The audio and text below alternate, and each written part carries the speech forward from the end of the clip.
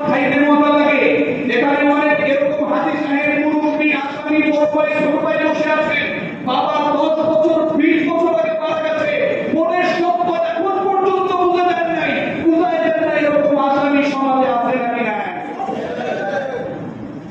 কিছু তত্ত্ব আছে আল্লাহ মাফ করো না সরি না সে বলতে হচ্ছে বোঝা হচ্ছে ভাই বাবা মারা গেছে বোন যখন জমিতে আসে তখন যদি পড়াশোনা শেষকে ভালো হবে না আসে না নাই আচ্ছা জমির মা বুঝেন এরকম লোক এখানে আসেন না আপনারা ঢাকার কথা কারণ ঢাকা শহরে একদিন দুটো প্রবেশস্থান কিন্তু জমি যখন আমরা ফারাইন করেছি অরিজিনালি কোরআনের ভাষায় ফারাইন করেছি আমি চিন্তায় মুফতি ক্লাসে ফারাইন করেছি আলেম ক্লাসে করেছি সিরাজি বইতে আমি 94 মার্কস পেয়েছি 94 100 ভিতরে এর ভিতরে এরকম অনেক লোক এমন আছে যারা বুঝি না যে বাবা মারা গেলে ছেলে যেটা খায় এটা বরাদ মনে করি না মেয়ে যেটা নাই এটা বরাদ মনে করি আপনারা না এটাই বাস্তব দুনিয়া কিন্তু বাস্তবিক পক্ষে বাবা মারা গেলে ছেলে যেটা খায় এটাও বরাদ মেয়ে যেটা পাবে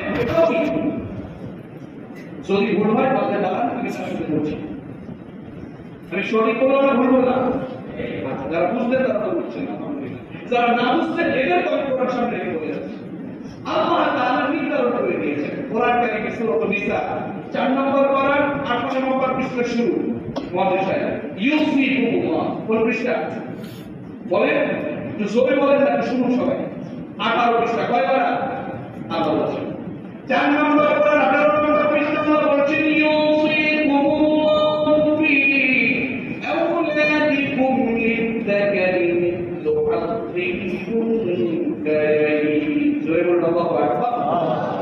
আমরা নিজে বলছি তোমাদের তোমাদের সন্তানদের ব্যাপারে এই ওসিয়ত করছেন এই পরামর্শ দিচ্ছেন এই ওসিয়ত করছেন যে বিদ্যাকারী মৃত্যু কোন বাবা যদি মারা যায় সেই সন্তানদের ভিতরে যেটা পুরুষ থাকবে সে পাবে 2 ভাগ আর তার অর্ধেক পাবে তার বোন এটা কার নির্দেশ তার বোন নিলে আইনি লোক বোন নিলেও কি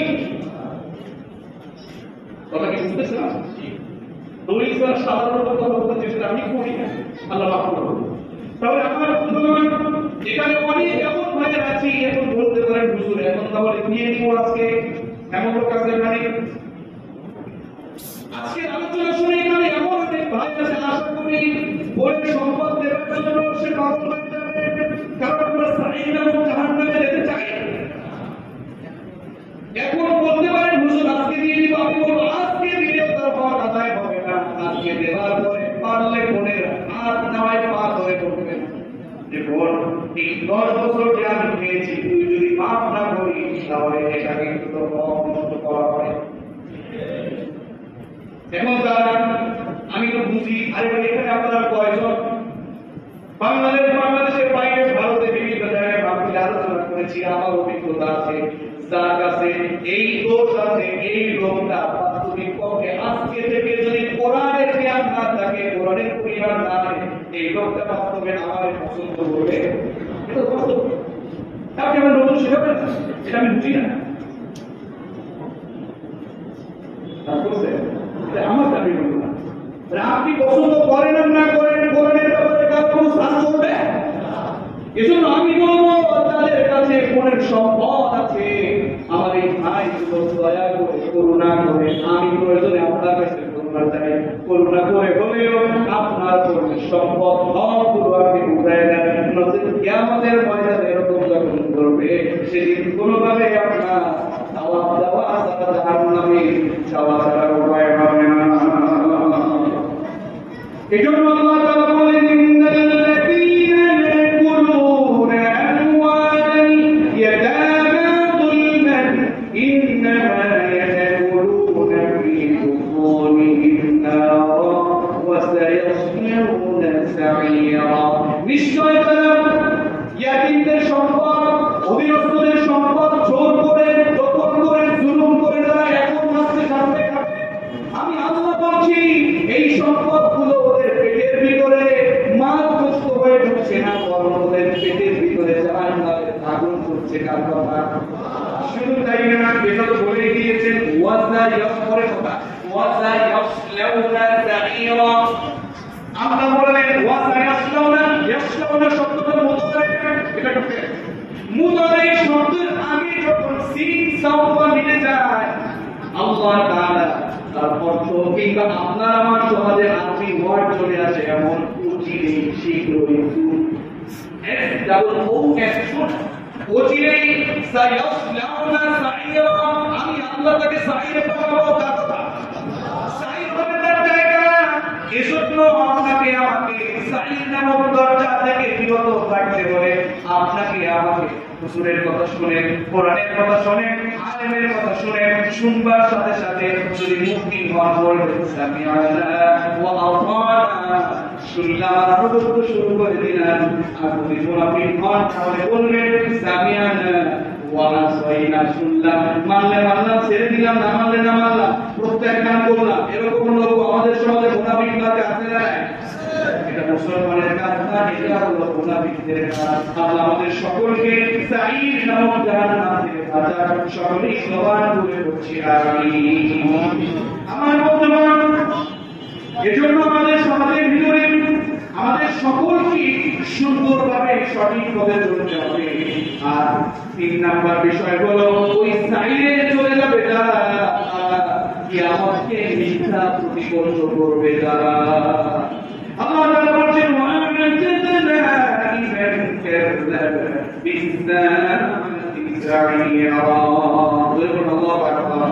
আল্লাহ তাআলা সূরাতুল মুমিনুন 11 নম্বর আয়াতে বলেন ওয়া আ'তাদনা লিমান কাযযাবা বিস-সাআতি সাঈরা।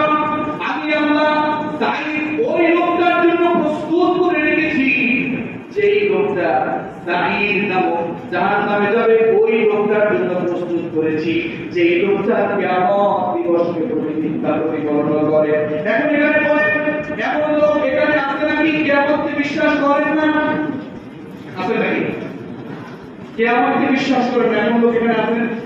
একটু আঙ্গুলে দেন, একটু আঙ্গুলে বলেন কি আছে? কিয়ামতকে অবিশ্বাস করেন এমন লোক কি আছে? এবার আল্লাহ বলছেন আপনার পছন্দের সূরা যদি পারেন আমার সাথে একটু পড়েন দেখি। পড়েন বিসমিল্লাহির রাহমানির রাহিম। আওয়াইতাল্লাযী ইউকাযযিবু বিদ্দীন ফাযালিকাল্লাযী ইয়াদউল ইয়াতীম ওয়া লা ইয়াহুদ্দু আলা তুআমিল মিসকিন ফাওয়াইলুল লিল মুসাল্লিন আল্লাযীনা হুম عن صلاتهم ساهون الذين هم يراءون ويمنعون الماعون إلى ঈমান দিয়ে ওদের কথাগুলো না আল্লাহ তার হাবিবকে প্রশ্ন করছেন। কেন আল্লাহ তার হাবিবকে প্রশ্ন করছেন? এটা কিন্তু প্রশ্ন। আল্লাহ এইটা দেখা হচ্ছে দুই ধরনের। দেখা কয় ধরনের?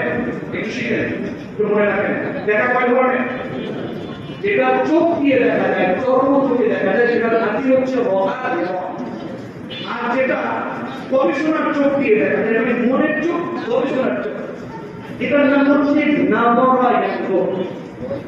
বন্ধু বলে না, ভেবে দেখো, ঠিক দেখো, লক্ষ্য করো, এটা দেখবে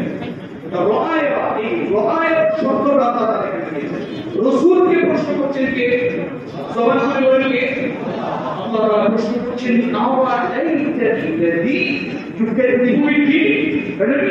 আপনি আপনার চোখে দেখেছেন এমন কাউকে যে কিয়ামতকে অবিশ্বাস করে? এখানে কেউ আছেন কিয়ামতকে অবিশ্বাস করেন? রসুল কেন একটু স্বাভাবিক, আমাদের জীবনে কবি আছে একটু স্বাভাবিক।